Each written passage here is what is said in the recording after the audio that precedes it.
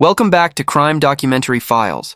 Today we will explore two cases, one of which was so horrific and brutal that the Kazakh authorities at the time tried to suppress public opinion, even deliberately obscuring the perpetrator's image and information, maintaining strict secrecy. But why would a murder case need to be concealed like this? Who is this killer whose identity needed more protection than the victim's suffering deserved? Let's find out. Edilova Ayajan was born in 2002 in the old district of southern Almaty, Kazakhstan. Her father was a freight truck driver who spent his days on the road. Her mother worked as a supermarket cashier, often pulling shifts of more than 10 hours straight. The couple worked tirelessly from dawn to dusk, saving every penny just to give their daughter a better education. From middle school, Edilova had already shown remarkable artistic talent. She once used her allowance to buy fabric and transformed her school uniform into fashionable dresses, to the point where classmates would ask her to design clothes for them. In 2019, Edilova was admitted to Almaty National Technical University, majoring in fashion design, and quickly became a standout student known for her creative thinking and sharp insights in class. Her notebook wasn't just filled with lecture notes. It was packed with design sketches ranging from classical to modern minimalist styles, each one meticulously annotated with fabric choices, color schemes, and techniques. Outside of class, to help support her family, she worked part-time at a tailor shop. Not only was she talented at design, but Edilova was also skilled at pattern making and quickly earned the trust of customers. Her future once seemed destined to be bright and full of promise. Unfortunately, the appearance of one man would put an end to everything. On a rainy day in November 2020, a man named Torabakov walked into the tailor shop for the first time. He appeared refined, dressed impeccably in a perfectly tailored suit, exuding the air of an educated man of status. With a calm voice and polite manners, he said he wanted to order an elegant outfit for an upcoming academic conference. While waiting for the staff to take his measurements, his eyes happened to notice Edilova, who was deeply absorbed in sketching designs. As if drawn by her focus and talent, he approached and struck up a conversation. Torabakov introduced himself as a pharmacist working at a local pharmacy, but beyond his profession, he harbored a deep passion for aesthetics and art. Edilova, who loved knowledge and was always eager to learn, was quickly drawn in by his eloquent words and persuasive manner. Their conversations gradually expanded from fashion design to broader subjects like art history, Eastern and Western philosophy, and perspectives on beauty and life. With each meeting, Torabakov skillfully displayed his vast knowledge, earning more and more of Edilova's admiration and trust. Beyond just conversations, Torabakov frequently brought Edilova valuable books on design, art, and aesthetics. He even enthusiastically invited her to visit the pharmacy where he worked, eagerly explaining the aesthetic principles hidden within pharmaceutical preparation. With her innocent, pure nature, having never experienced the dark corners of society, Edilova never once doubted the true motives behind his special attention. She had no idea that with each step, she was walking deeper into a dark abyss that this cunning predator had carefully laid out. On March 19, 2021, Edilova woke up early with a radiant mood, eagerly preparing for what she believed would be a very special day. As usual, she arrived at the tailor shop before opening time, but today her steps seemed lighter, and a bright smile never left her face. While her hands busily arranged colorful bolts of fabric on the shelves, she softly hummed her favorite tunes, occasionally glancing at the clock with anticipation. Tonight, she had a romantic date with Alexander, her boyfriend. Edilova and Alexander had met during an event at their university's arts club. Since they both studied design, they quickly found countless things in common. Their conversations seemed endless, and every meeting brought them joy and deep understanding. After 6 months of dating, their feelings for each other had grown deeper and stronger. Tonight's date had been planned in advance with excitement from both sides. First, they would watch a newly released movie at the theater, then stroll to the city center to check out a restaurant that was trending on social media. At 4 p.m., Edilova finished her last tasks for the day and hurried into the changing room. She carefully changed out of her work clothes, putting on her white sweater paired with jeans. Before leaving the shop, she took out her phone and sent Alexander a sweet message. "Honey, see you tonight." But as time passed and the movie was about to start, Edilova was still nowhere to be seen. Alexander stood in front of the theater, his eyes constantly scanning the crowd, hoping to spot his girlfriend's familiar figure. He took out his phone and called, once, twice, 3 times, but the other end only rang endlessly with no answer. At first, he reassured himself that maybe she had an unexpected errand, or her phone was in her bag where she couldn't hear it. He sent a text message asking if everything was okay, then continued waiting. But half an hour passed with still no response. Worry began to creep into Alexander's heart, and his unease grew stronger by the minute. He hurriedly contacted Edilova's family, then her close friends, asking if anyone had seen her or knew where she was. But everyone shook their heads. No one had seen her since that afternoon. A terrible premonition washed over him. Unable to wait any longer, Alexander immediately rushed to the nearest police station to report his girlfriend missing. As soon as they received the report, police launched an investigation. The first thing they did was pull all surveillance footage along the route Edilova usually took after work. After carefully reviewing the recordings, they discovered a crucial detail. Edilova was seen walking with a man, and both of them entered the Oasis apartment complex. What was alarming was that from that point on, there was no footage of her leaving the building.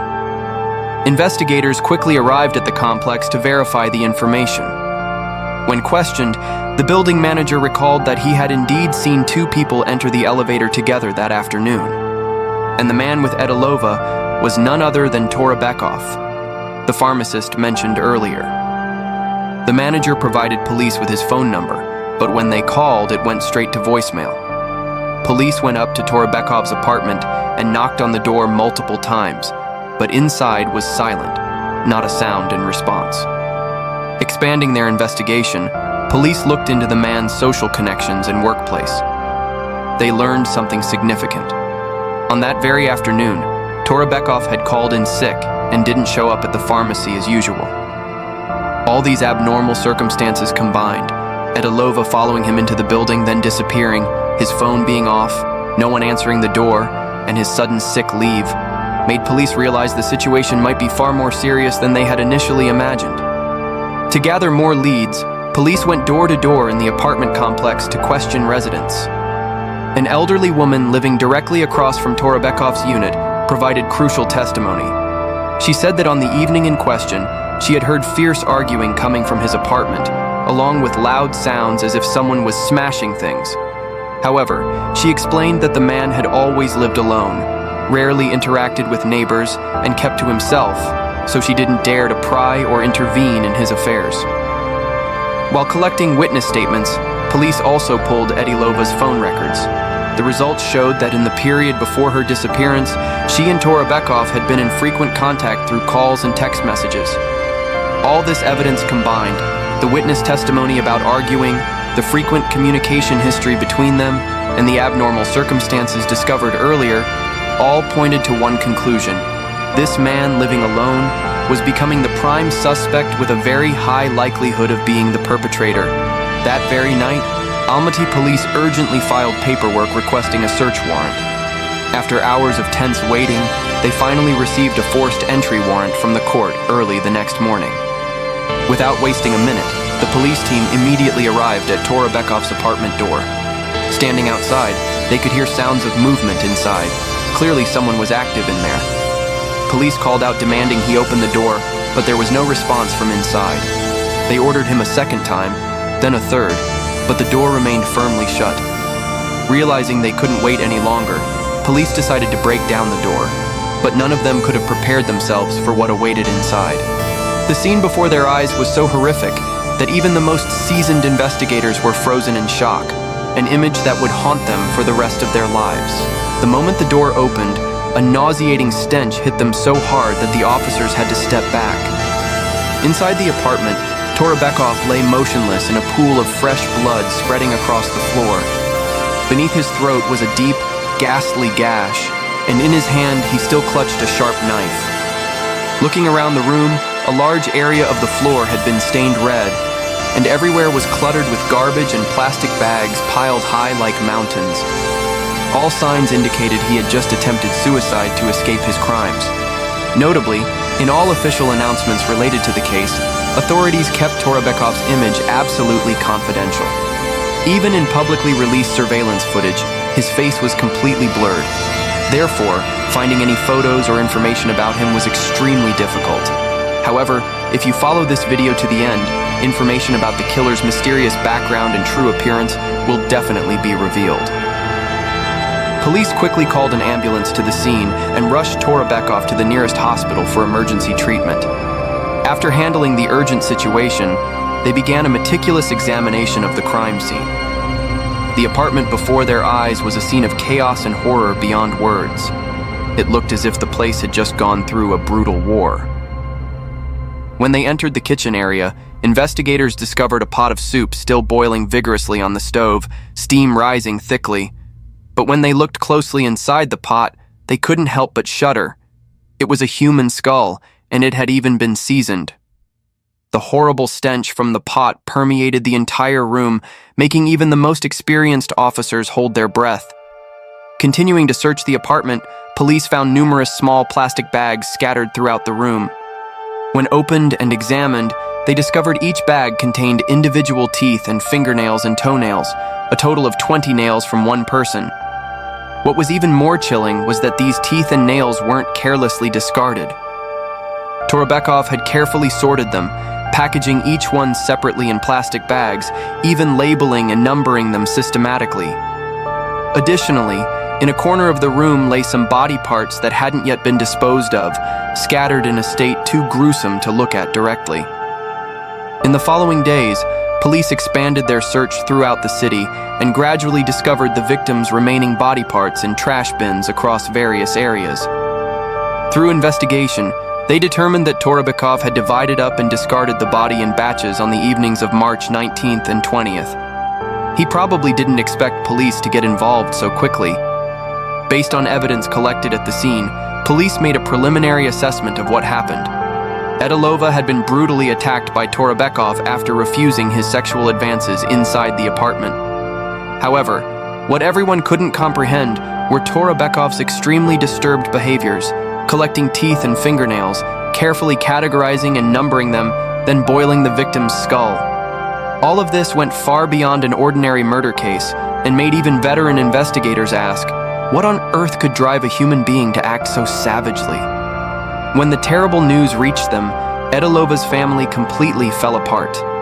Overwhelming grief consumed them as they faced the brutal truth that their beloved daughter had met her end in a manner no one could have imagined. Edilova's younger brother, in an interview with the press, couldn't contain his emotions when speaking about the killer. That guy is a complete lunatic. If he simply wanted to cover up his crime, why would he pull out every single tooth, peel off every fingernail, and carefully put each one in separate plastic bags?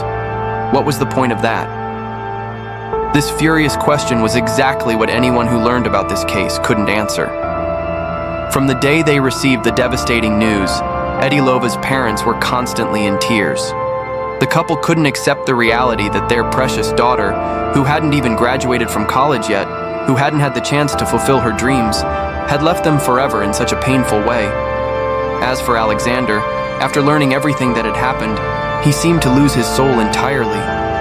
He sat sobbing outside the police station, unable to stop blaming himself for failing to protect the girl he loved.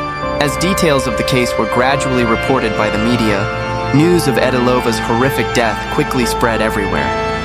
Her classmates and teachers were both grief-stricken and horrified when they learned what had happened to the talented girl they once knew. Not just those who knew her personally, but residents of Almaty fell into a state of fear and anxiety. Many women began to feel unsafe about their own security when going out. On social media, topics related to the case quickly became top trending searches, attracting the attention of millions. However, shortly after, an action by the Kazakhstan government caused intense dissatisfaction among the victim's family and the general public. When the case officially entered legal proceedings, in all legal documents and released reports, Torabekov's image was carefully blurred.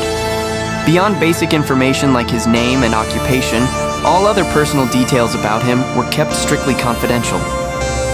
When reporters questioned the reason for this, the Ministry of Justice only gave a vague answer that it was to protect privacy, but never explained whose privacy they were protecting, the killers or the victims. This dismissive and unconvincing explanation not only failed to calm public suspicion, but instead added fuel to the fire, causing speculation and questions to spread even further. On March 29, 2021, after more than a week of treatment by hospital doctors, Torobekov gradually recovered from the self-inflicted wound.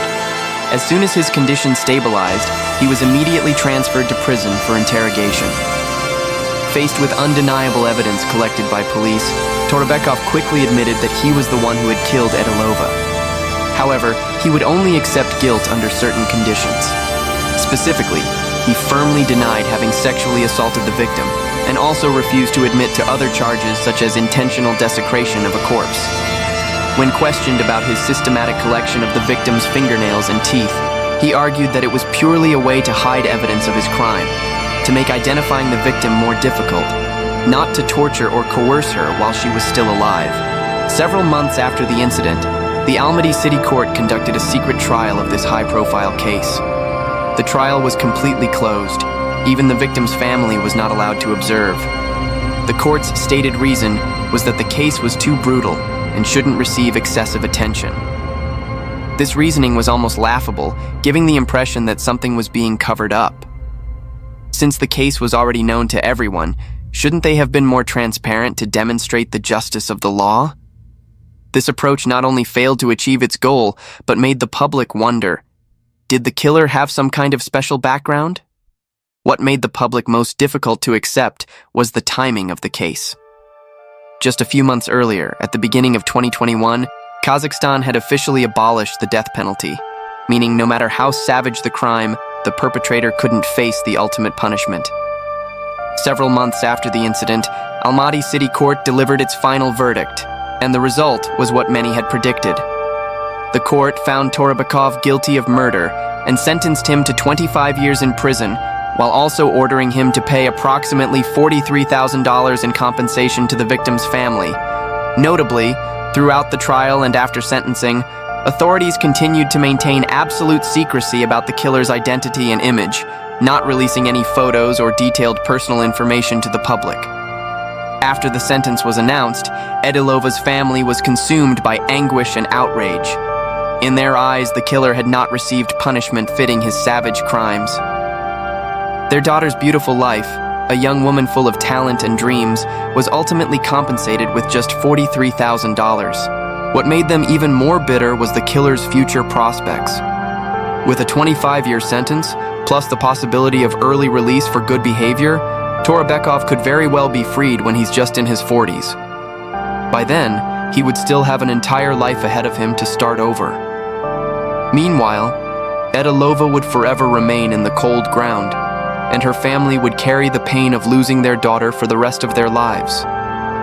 Refusing to accept this outcome, Edilova's family has been tirelessly going everywhere, knocking on the doors of every government agency, hoping the court will review the case and hand down a harsher sentence.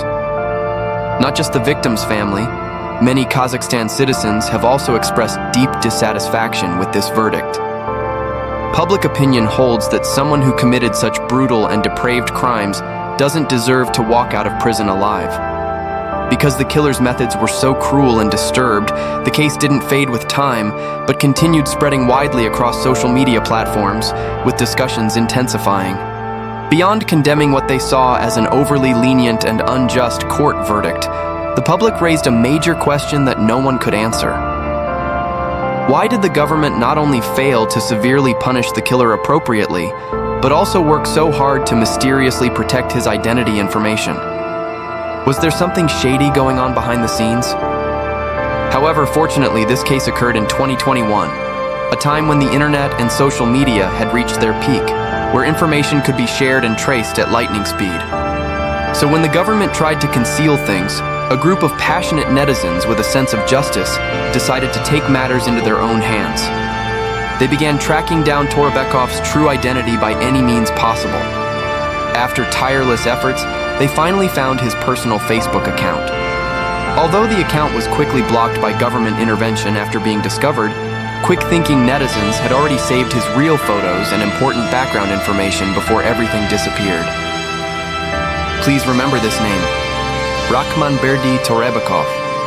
He was born in 1993 and grew up in a wealthy, prestigious family in Almaty. From a young age, he received a proper, high-quality education that not everyone has access to. With his intelligence and favorable circumstances, he completed his studies and earned a prestigious medical doctorate. In the pharmaceutical field, he was a well-known and respected name with notable career achievements. In other words, Torebekov was the typical image of a high-level intellectual in society, someone everyone assumed would have a bright future and make positive contributions to the community. When asked about Torebekov, friends and colleagues around him gave fairly similar assessments. They described him as a modest person who behaved politely and courteously with everyone. However, they also noticed he seemed reserved, rarely opening up or forming deep connections with anyone. Occasionally while working, he would suddenly zone out, his eyes staring into space with a glimpse of inexplicable coldness. But no one thought that behind that scholarly, respectable exterior lurked a monster in human disguise. During deeper investigation, the task force handling the case conducted a thorough analysis of Torebekov's phone call history. They discovered a notable detail. In the period before the incident, he had been frequently contacting a private clinic in the city. This was an important lead that needed to be clarified, and investigators immediately followed up at this address. When police appeared at the clinic requesting information, the staff initially seemed hesitant and refused to cooperate, citing patient confidentiality. However, after police explained the full background and severity of the case, they finally agreed to disclose everything they knew. The truth that emerged shocked everyone. It turned out that Torebekov had been suffering from serious psychological disorders and had visited this clinic for treatment multiple times. No one could have imagined that this man, who appeared to be a high-level intellectual with a prestigious medical doctorate, respected by society, was actually a hypocrite hiding a terrifying, bestial nature within. When the killer's true face was exposed to the public, the wave of outrage in society erupted more violently than ever, reaching its peak. Under enormous pressure from public opinion, many previously unknown details about the case gradually came to light. As mentioned earlier, during the search of Torebekov's apartment, police discovered a body part at the scene. Initially, investigators assumed it belonged to Edilova, since in the following days, they had found her remaining body parts in trash bins scattered throughout the city. However, to ensure accuracy and caution in the legal proceedings, the forensics department still conducted DNA testing on all collected samples. But the test results left everyone stunned. The body part found inside Torebekov's apartment didn't match Edilova's DNA at all. In other words, that body part belonged to someone else. This shocking discovery raised a terrifying hypothesis. Edilova might not have been the only victim. However, when confronted about this shocking finding, Torebekov firmly denied any connection. He insisted it was all just a random coincidence, and he himself had no idea why that random stuff had appeared in his apartment. No matter how hard investigators pressed him, he maintained just one attitude. "I don't know anything. This has nothing to do with me." As for whether police have continued investigating this lead further, no official information has been released to date. However, based on existing evidence, we have solid grounds to make a troubling inference. Torebekov may not have killed just one person. He may be a true serial killer. Why make such a claim? Analyzing from a criminal psychology perspective, his behavior of collecting and preserving victim body parts is a classic manifestation of trophy-collecting psychology, a trait commonly seen in many serial killers throughout criminal history. For these individuals, trophies obtained from victims serve as tools that allow them to relive and re-experience the feelings of control and absolute power they had during the crime. Torebekov's choice to collect fingernails and teeth was probably not random. These body parts carry each person's unique biological characteristics, allowing him to recall memories of each victim more clearly and intensely, thereby satisfying the sick cravings deep within his soul. Furthermore, There's an even more notable detail. Torobekov didn't just collect these trophies. He carefully labeled and numbered each one. This highly ordered and somewhat ritualized behavior clearly reflects his inner psychology. Looking at Torobekov's daily life, we can see a contradictory picture. On the surface, he was polite, courteous, and educated. But behind that exterior, he was closed off, never wanting to open up or form deep connections with anyone. Perhaps in life and work, despite his achievements, he didn't receive the attention and recognition he craved. Especially when facing the opposite sex, he may have carried psychological demons, wounds that couldn't be healed. Therefore, through torturing and taking victims' lives, through managing his trophies with precise codes and systems, he built for himself a dark world where he was the absolute ruler, the all-powerful king that no one could challenge. This was his way of compensating for feelings of powerlessness and lack of control in real life. Moreover, there's a pattern that criminal psychologists have identified. For serial killers, once they start, it's nearly impossible to stop.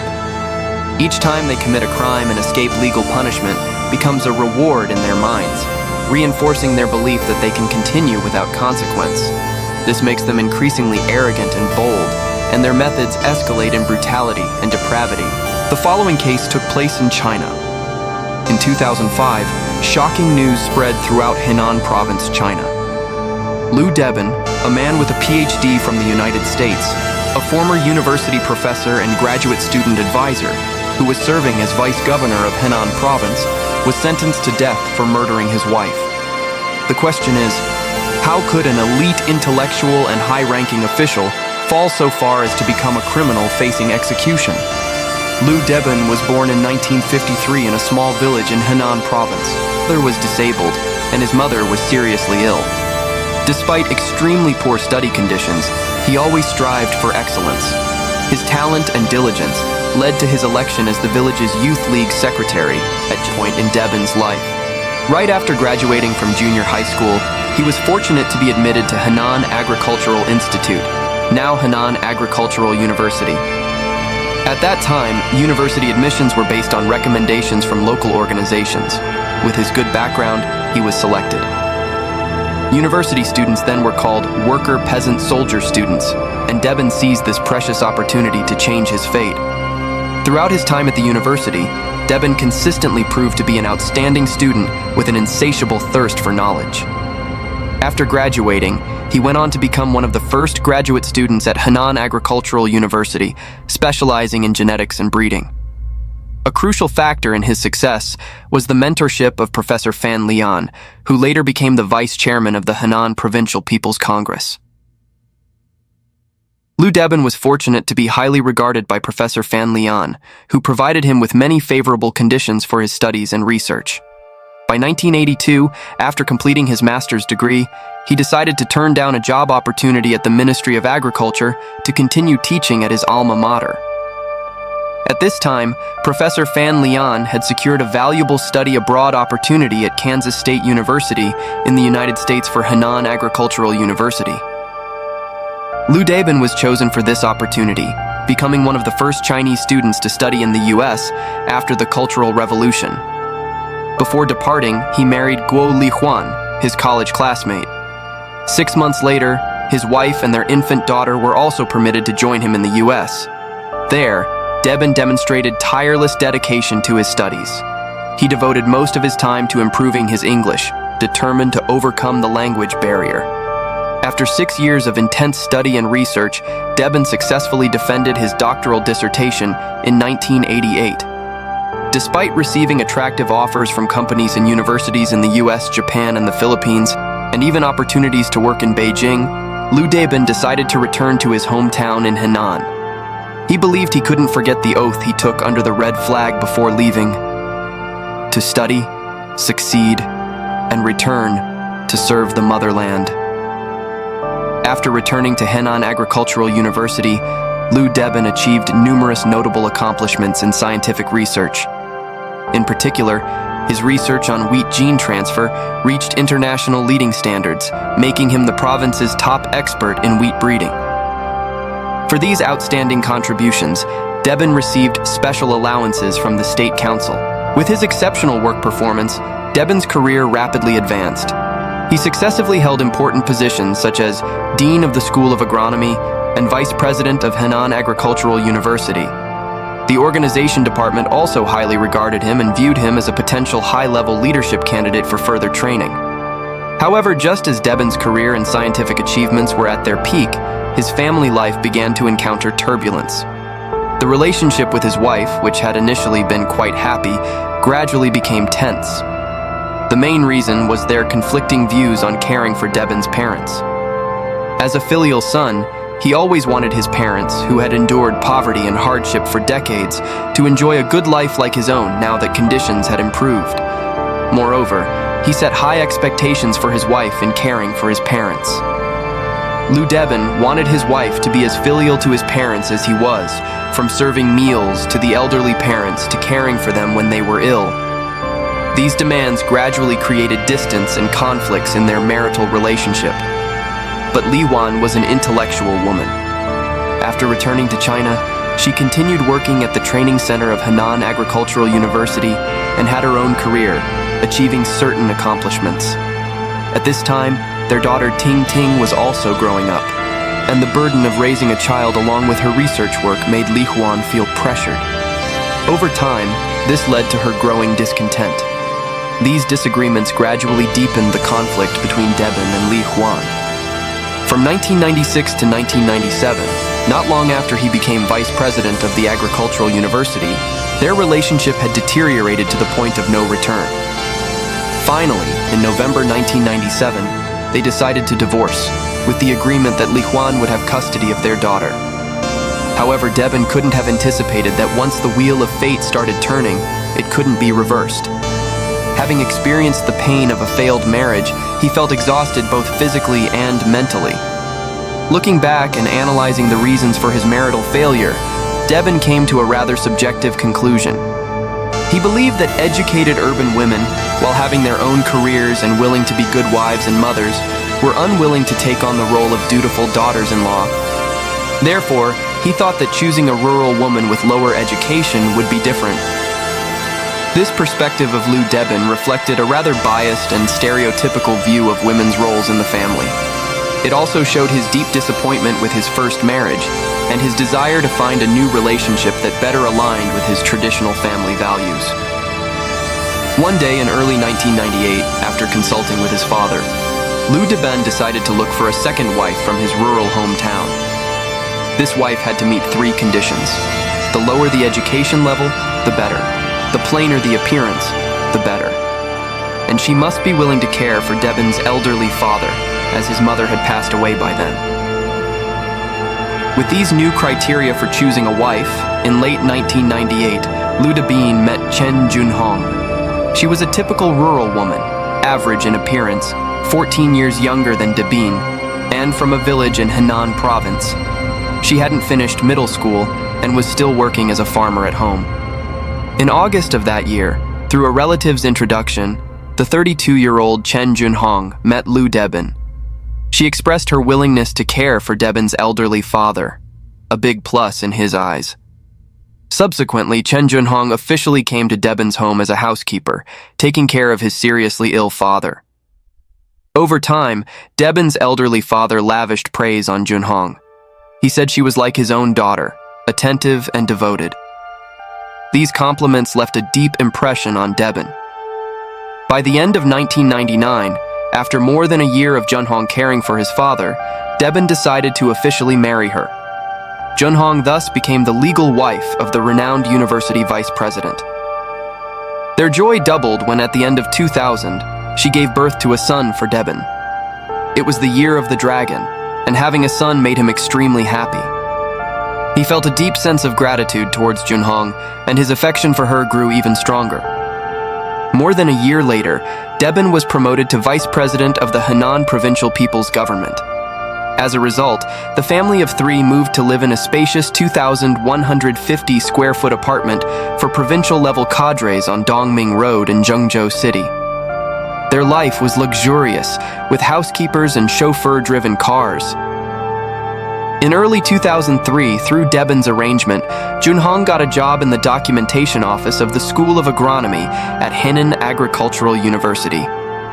Junhong had transformed from a rural woman to an urban dweller, from a housewife to a civil servant in a state institution. As her living circumstances changed, Chen Junhong's personality also gradually transformed. From someone accustomed to serving others, she began to show arrogance as the wife of a high-ranking official. She started criticizing family members, treating Debin's secretary like a servant, frequently ordering them to do this and that. If anything displeased her, she would scold them harshly. This change in his wife greatly disappointed Liu Debin. At this time, through an introduction from a former subordinate, he became acquainted with Zhang Mei, the sister of a forestry department leader in Xinjiang City, Henan Province. Zhang Mei, a woman over 40, initially came to Liu Debin for help with work matters. However, after several interactions, Debin began to have feelings for her, a woman full of femininity and understanding. Gradually, the two began a secret affair. Although Debin thought he was acting discreetly, in February 2003, Junhong discovered traces of her husband's infidelity. One evening, when Debin returned home late from entertaining guests and went to take a shower, his phone left on the coffee table suddenly received a message notification. This incident marked the beginning of a series of crises in their marriage. Already suspicious of Debin, Junhong didn't hesitate to check her husband's phone. Her expression suddenly changed when she read an extremely affectionate message signed, "Your little sister who will love you forever." Enraged, she didn't wait for Debin to finish his shower before confronting him. Despite Debin kneeling down to beg for forgiveness, Junhong was unrelenting and slapped him several times. Nevertheless, Liu Debin continued his secret affair with Zhang Mei. This led Chen Junhong to constantly create conflicts at home. The situation became even more tense when Junhong received a call from an unknown number, warning her to keep an eye on her husband and prevent him from seducing other men's wives, or else Debin would face trouble. The climax occurred on an evening in April 2004. When a friend of Liu Debin came to visit, he witnessed a horrifying scene. Junhong, completely disregarding the presence of the guest, chased Debin around the house with a sharp fruit knife. Debin had to flee in panic to avoid his wife's knife attacks. These events show that the relationship between Debin and Junhong had reached a dangerous level, with violent and uncontrolled behaviors. This situation not only affected their personal lives, but could also potentially harm Debin's reputation and career. After Debin's affair was discovered, his relationship with his wife became extremely tense. Junhong's attitude towards her husband and his family changed completely. She began imposing strict rules to control Liu Debin, such as requiring him to return home immediately after work. If he was late, even by a little, she would create endless trouble. All his salary and other income had to be handed over to Junhong for management, and every expenditure required her approval. Moreover, she threatened that if Debin continued his relationship with Zhang Mei, she would report his wrongdoings to the provincial party committee and the provincial people's government, causing him to lose all honor. The situation worsened in mid-August 2004, when Debin went to Xinjiang City for a meeting. Junhong secretly followed him and rented a hotel room opposite Debin's.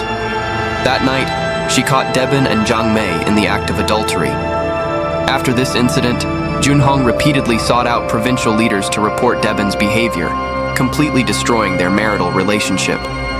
Realizing the situation was beyond salvage, Debin carefully considered and proposed a divorce, promising to pay Junhong a substantial compensation. Initially, Junhong agreed to this proposal. However, after careful consideration, she changed her mind. She declared to Debin that she would not divorce him, and if he tried to force it, she would expose his bribery, potentially leading to his imprisonment. Faced with these threats, Debin no longer dared to mention divorce. From that point on, Debin's family life became extremely tense and unstable. Compared to the relatively civilized arguments he had with Guo Lihuan in the past, Junhong's attacks were much more violent and cruel. Whenever they argued, she not only verbally abused, but also physically assaulted Debin, sometimes slapping him, sometimes using sticks, forcing him to kneel and beg for forgiveness. She also used extremely vicious words to curse or force Deben to humiliate himself, determined to make him lose all dignity. Bullied and abused at home, Deben sought relief by confiding in his driver, subordinates, and even leaders in the provincial people's government. As a result, the story of his unhappy family life quickly spread throughout the Provincial Party Committee and the Henan Provincial People's Government. Many who heard about Deben's circumstances shared the same private comment. Deben's life was truly humiliating. Just as Liu Deben was being tormented by family issues, in June 2004, Zhang Yuhei, the 43-year-old deputy mayor of Xinjiang City, came to visit him. He was in charge of agriculture and had a direct superior-subordinate relationship with Deben. On the afternoon of June 15, 2004, Yuhi invited Deben to dinner under the pretext of reporting work. During the meal, the two toasted and chatted about work and life. After a few drinks, Deben shared all his family troubles. Seeing the provincial vice president trust him so much, Yuhi felt greatly honored. From then on, he frequently called Deben, either to report on work or to inquire about his family situation. This quickly brought the two closer. One day in October 2004, Deben's older brother and his family came from their hometown to visit him in Zhengzhou. That evening, Deben wanted his brother and family to stay at his home, but Junhong strongly objected. In the end, Deben had to reluctantly arrange for them to stay at a hotel. That night, he and his wife had a fierce argument. Deben, unable to fight back or curse, was so angry that he cried. The next day, coincidentally, Yuhei invited Deben to dinner in Zhengzhou. Deben recounted all the grievances he had endured over the years, then angrily said, "Rather than living a lifetime with such a woman, it would be better to find some thugs to cripple her. I'm willing to support her for life." Seeing the provincial vice president so angry, Yuhi flatteringly said, "If the vice president really has such thoughts, I can find someone to help." Yuhei's suggestion ignited a dark plan. Instead of dissuading him, he was ready to assist with Deben's dangerous intention. The conversation quickly turned into a cruel conspiracy, with the two deciding to find a way to permanently eliminate Chen Junhong. Over the next 2 months, Deben and Yuhei frequently communicated, exchanging ideas to perfect the plan to kill Chen Junhong. The situation became even more serious when Yuhei found Zhang Songsui, a fellow townsman from Tanghe County, Henan Province, and promised him a large sum of money to carry out this criminal act. Zhang Songsui, an 83-year-old man, had a special relationship with Zhang Yuhei. He was trusted and valued by Yuhei, even being appointed as deputy director of an ecological agriculture company in Xinjiang. This position brought Zhang not only prestige, but also material benefits, including a private car. As a result, he always showed great gratitude and was willing to follow all of Yuhei's requests, including illegal and dangerous ones. After receiving the assignment from the deputy mayor around the time of the 2005 Spring Festival, under the pretext of accompanying Yuhei to give New Year flowers to Deben, Zhang visited Deben's home 3 times under Yuhei's guidance to identify Chen Junhong, preparing for the future crime. To ensure safety, Deben, Yuhei, and Zhang only communicated through a single line from start to finish. Deben only contacted Yuhei, Yuhei only contacted Zhang, and Deben never directly contacted Zhang. In April 2005, one of Deben's nephews in his hometown got married. He sent 2,000 yuan, about $250, as a wedding gift. Unexpectedly, Junhong found out about this, and the couple had another fierce argument over it. This argument quickly escalated into violence, with Junhong in a fit of rage attacking Deben with a fruit knife, causing injuries to his lower back and genitals. This bloody incident pushed Deben to the brink of despair and hatred.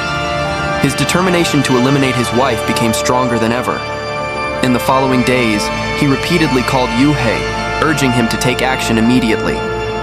By early June 2005, after thorough discussions with Zhang, Yuhei proposed 2 plans to Deben to carry out their dark conspiracy. The first plan was to pose as robbers, attack and kill Junhong at the house in the agricultural university. The second plan, more sophisticated, was to exploit Junhong's desire to buy a car to lure her out and then strike. After considering the plans proposed by Yuhei, Deben began to take the first steps for his sinister plan. He secretly took the key to the house at the agricultural university from the housekeeper when his wife was away, then asked the driver to make a copy. This key was then passed to Yuhei and finally to the killer, Zhang. To avoid detection, Zhang bought 3 new SIM cards from the Unicom network in Zhengzhou. He kept one for himself and gave the other 2 to Yuhei, one of which was forwarded to Deben. These SIM cards were used exclusively for communication among the 3 during the execution of the crime. In early June, Zhang, now with the key in hand, along with his accomplice Xu Xiaotong, an unemployed young man, drove from Nanyang to Zhengzhou to wait for the right moment to act. However, their initial plan encountered an obstacle when they discovered that the housekeeper was always by Chen Junhong's side. Following Deben's instruction not to harm anyone other than Chen Junhong, they had to postpone the plan and switch to the second option. Meanwhile, Junhong had passed her driving test and asked her husband to buy her a car, but he refused. After being rejected, she scolded Deben for being heartless. Subsequently, Chen Junhong felt increasingly that her husband was cold and distant, so she said she had compiled a list of Deben's bribery incidents, which she was ready to send out. This terrified Deben, prompting him to call Yuhei and tell him to quickly eliminate his wife. Just as Yuhei had finished preparations, Deben began to have doubts. He couldn't bear the thought of his son losing his mother, so he decided to try one last time, demanding the so-called bribery list back. But Junhong told him, "Give it up unless you kill me. Even if I die, I'll drag you down with me." These resolute words left Liu Deben completely hopeless. On June 7, 2005, Yuhei called Junhong and told her that someone was willing to spend 150,000 yuan, about $18,750, to buy her a car. He said this had been discussed with her husband, who agreed, and tomorrow they could take her to see the car and buy it if she liked it. Junhong was overjoyed and immediately agreed to go see the car the next day. Because he was busy with work that day, Yuhei carelessly used his regular work SIM card to call Junhong, instead of the Unicom SIM card that Zhang had prepared specifically for him. He couldn't have imagined that this small oversight would leave a clue for the police to quickly solve the case later. Early in the morning of June 8, 2005, Yuhei took 150,000 yuan from his savings and gave it to Zhang. This cash was meant to both deceive Junhong, making her trust and lower her guard, and serve as payment for Zhang and Xu after the crime. Around 10 a.m., Zhang used the dedicated Unicom SIM card to contact Junhong, luring her out. The 3 sat in the Passat car that Yuhei had prepared in advance to go see the car. The bag containing the 150,000 yuan in cash was left in the car, with the zipper intentionally left open for Junhong to see, making her believe they were really taking her to buy a car. On the way, Zhang drove through many winding roads. When Junhong noticed they were going in the wrong direction, she questioned where they were taking her. Realizing the situation was about to be exposed and seeing that no one was paying attention to them, Xu, who was sitting in the back seat with Junhong, suddenly strangled her until she lost consciousness. Then Xu used a fake Type 64 gun to strike Chen Junhong's head, killing her. After driving onto Highway 107, Zhang drove to an abandoned parking lot. The 2 men pulled Junhong's body out of the back seat and stuffed it into the trunk. Then, Zhang got out of the car and took a bus back to Xinxiang, while Xu drove alone to Tonghe County to dispose of the body. That night, Xu used sharp knives to dismember Chen Junhong's body, put it in sacks, added stones, and threw it into Hushan Reservoir in Nanyang. To provide an alibi for Deben to report to the police, at 2 p.m. that day, following Yuhei's instructions, Xu used the phone dedicated for the crime to send a message to Deben's regular phone. "Your wife is with me. If you want her to live, quickly prepare 500,000 yuan, creating a scenario that Junhong had been kidnapped." When Deben received the message, knowing that Chen Junhong had been killed, he told the provincial government staff to report to the police that his wife had been kidnapped. The kidnapping of a provincial vice president's wife quickly became the focus of attention for the entire government system. Upon receiving the report, the deputy governor, who was also the director of the provincial public security department, ordered a thorough investigation. News of the case spread rapidly to Beijing, prompting a high-ranking official from the Central Political and Legal Affairs Commission to intervene, demanding the case be solved as soon as possible and a satisfactory explanation be provided to society. Responding to pressure from above, the Zhengzhou City Public Security Bureau immediately formed a special task force and concentrated all resources on the investigation, naming the case June 8th case after the date it occurred. During the investigation, the task force discovered an important clue. Besides calls from unknown numbers, there was a suspicious call from Shang Yuhei, deputy mayor of Xinjiang City, to the victim just one day before the incident. This discovery quickly led to Shang Yuhei being detained by the police for investigation. Realizing the situation had been exposed, Yuhei quickly confessed to killing Chen Junhong along with Zhang and Xu and revealed the mastermind behind it all was the provincial vice president, Liu Debin. At this point, the case of Debin's wife's murder was solved. On June 15th, the procuratorate approved Liu Debin's arrest. The vice-provincial governor conspiring to murder his wife was not only shocking news for Henan province, but also set a national record, the highest-ranking official to be charged with premeditated murder since the founding of the People's Republic of China. Subsequently, police recovered the victim's remains from the bottom of Hushan Reservoir. Faced with irrefutable evidence, Liu Debin quickly admitted to hiring hitmen to kill his wife. On July 22, 2005, the Zhengzhou Intermediate People's Court held a public trial. The defense lawyers for all four defendants acknowledged their clients' guilt in the intentional homicide, but argued that their clients were not the main culprits and requested reconsideration of the sentences.